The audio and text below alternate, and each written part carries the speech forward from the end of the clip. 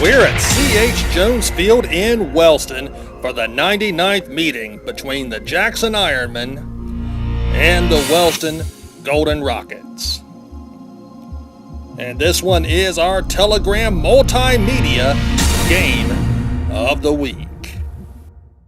A packed standing room only crowd, as usual, came out to see these two rivals go at it. The first touchdown of the game, however, was not scored by either team, but rather by Wellston's own Scott Adams, who jumped out of an airplane and parachuted onto the field carrying the Knights game ball.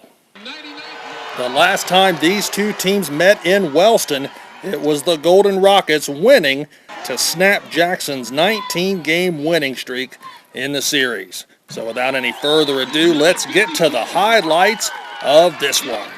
Wellston had the ball first to begin the game. Michael Downer, who had a nice game running the ball with 91 yards, returned this one across the 25 up close to the 30. The Rockets were unable to sustain a drive, however, and had to give the ball back to the Ironmen, who wasted little time putting points on the board. Morgan Landrum had a couple of nice runs on Jackson's first drive. He led the Ironmen with 74 yards on the ground. That run right there helped set up this 14-yard touchdown run through the middle of the Wellston defense by sophomore quarterback Derek Rafferty. It was an impressive debut for Rafferty, who threw for 2 touchdowns and ran for 2 others, including this 38-yard scamper right before halftime to make it 14-0. Here's Jackson coach Andy Hall talking about his young quarterback.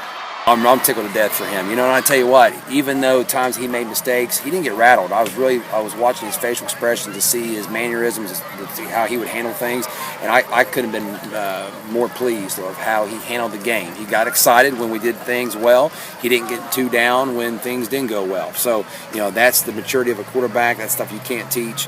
You know, it just goes into getting the reps each and every day in practice, and now in game situations, you know, he's going to get better at that each time. Jackson's defense was stout, pitching a shutout through 45 minutes of the contest thanks to plays like this from Jacob Betchel and this interception by Stephen Kearns. But in preseason defense, that's what it's going to be all year. You know, I think this will be more of a defensive-minded team this year, with a lot of guys coming back.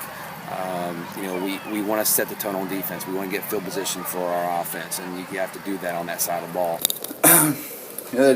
They just did a great job. They were well prepared, well coached, and they executed, and we didn't. And that was the difference. They just were able to stop what we were doing. And, we didn't execute, and they were prepared, and they played well. Jackson pulled away in the second half. Rafferty hit Alec Osborne on a short pass, and then he won the foot race 68 yards down the sidelines to start the third quarter. The Ironmen then converted a Wellston turnover into this touchdown run by Mitchell McCorkle. And then finally Rafferty rolls out to his right and finds Gabe Griffiths on a short pass. Griffiths then has a nifty little run after the catch to round out Jackson's scoring and make it a 34-0 advantage. Wellston put a pair of scores on the board within the game's final 3 minutes on touchdown runs of 48 and 68 yards by Noah Massey and Forrest Hale. But Jackson wins for the 21st time in the last 22 meetings between the rivals, 34-13.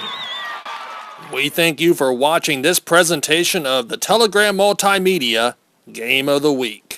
Time now for our look at other scores from around the area, and we'll do so to the sound of the Wellston Golden Rocket Marching Band. Thanks for watching. We'll see you next time.